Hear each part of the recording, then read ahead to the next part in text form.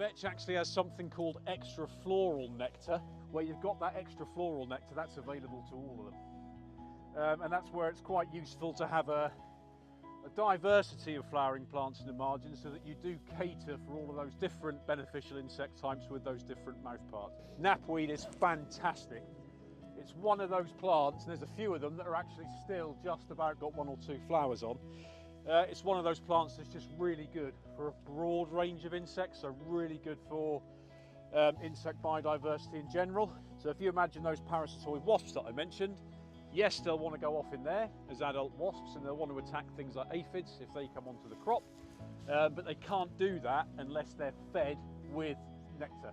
So if we can provide those sorts of resources like nectar, or like overwintering habitat for things like those carabid beetles, a lot of them will actually migrate in and out of fields.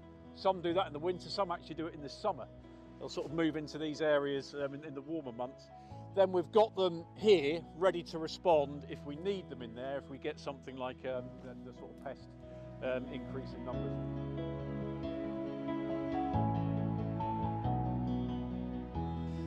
So as I start to open it, you'll start to see things that are flying out. There'll probably be things like fungus gnats, what we call detritivores, things that are starting to feed on decaying organic matter. This is particularly good for those carabid beetles, some of which will eat those slug eggs.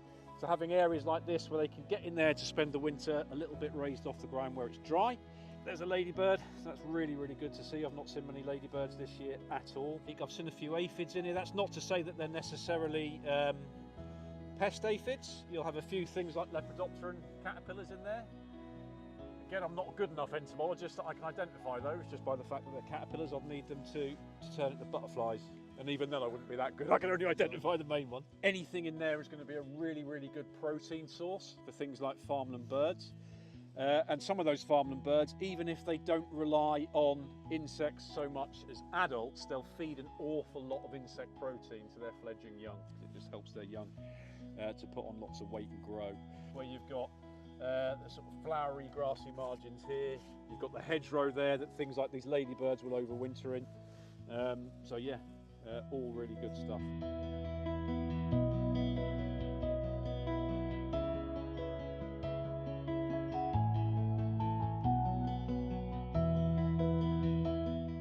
Get a pest, we don't have to wait for a long time for a pest natural enemy, a predator or a parasitoid to come in and find it, because we've already got them living next door. We've already got them in the area with all the resources we're providing in the margins. This is an interesting one. Really, it's not beneficial necessarily for a huge number of insects, but fantastic particularly for hoverflies.